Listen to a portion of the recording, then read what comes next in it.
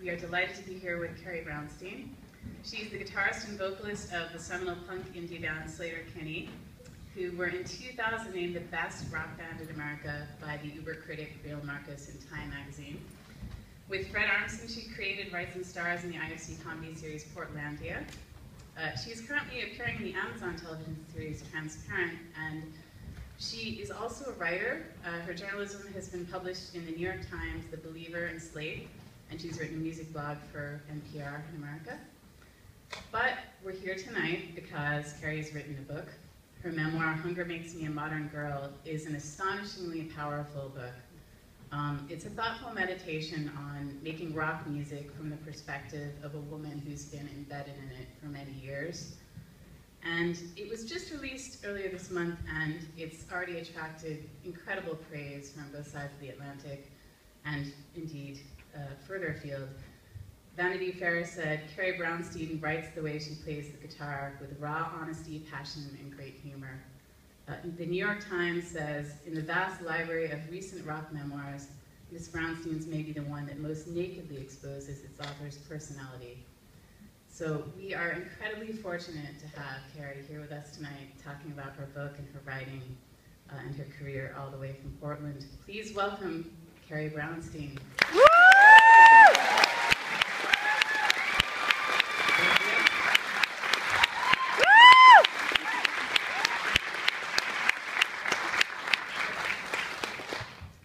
So, is it weird being here on a book tour as opposed to on a band tour? Like, how strange is that? It's awesome. We were a little bit late, and I didn't have to warm up on guitar. I didn't have to sound check. It's easier in some ways. I like both, but I kind of like just scooting around the world by myself. I find it, yeah, I'm finding it pretty fun and entertaining.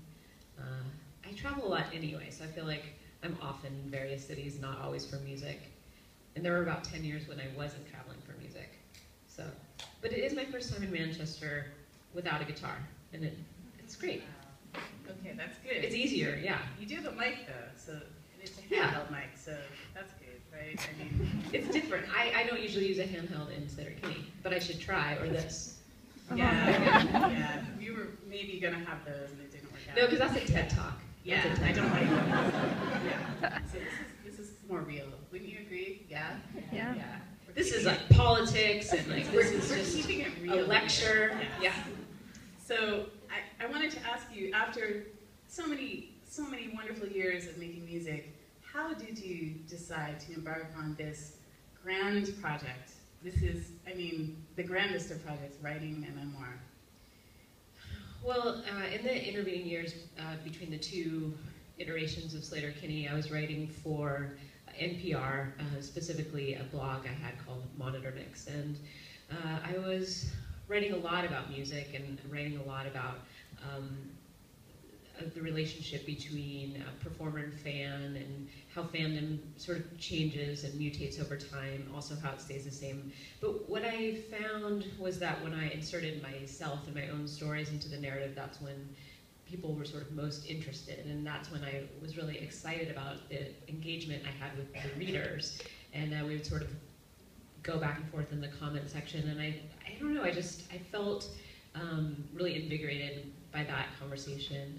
So originally I had imagined a book that was more cultural criticism and music criticism, and then I just thought, well, I have so many of my own experiences that make my take on this unique.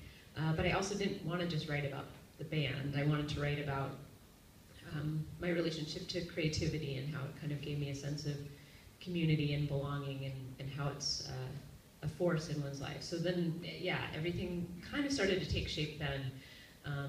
And then I felt like music was the better container for that story, as opposed to Portlandia. And so I started writing the book. But I didn't write it chronologically.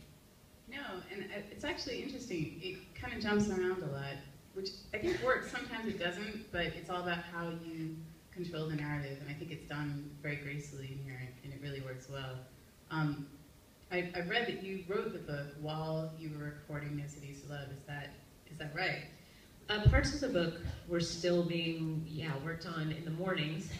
Luckily, I'm a morning person, which makes touring very hard, but which makes everything else easy. Because most people function during the day. Most humans are out during the day.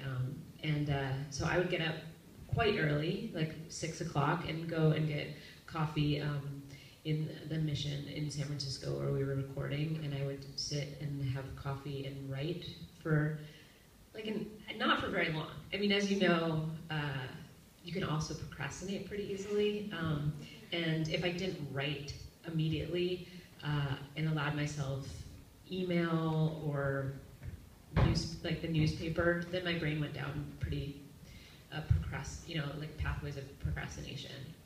Yeah, and then you're just you're buying things on Amazon. And, this is research, though. I mean, I'm here in the cafe. Is it? Yes. I don't know if face lotions were research for my book, but and when you're reading the newspaper, you feel like it's appropriate. You're like, no, this is really edifying, but it's actually just procrastination. Anyway, you can really trick yourself. So I would write for a little bit and then go and record. And I found that sort of the re-immersion into the world of Slater-Kinney helped kind of fill out some of the sections I thought they could use, just be more illustrative, more colorful. So I would go back. Often what I was doing is just going back and filling in details about earlier recording sessions. Because essentially I was all of a sudden back with these characters that I had, for a while, were just sort of in my book. And I was like, oh right, John Goodmanson. I would sort of verify information with him. John was the producer on a lot of our records. Yeah, I mean, it's amazing when you read this book.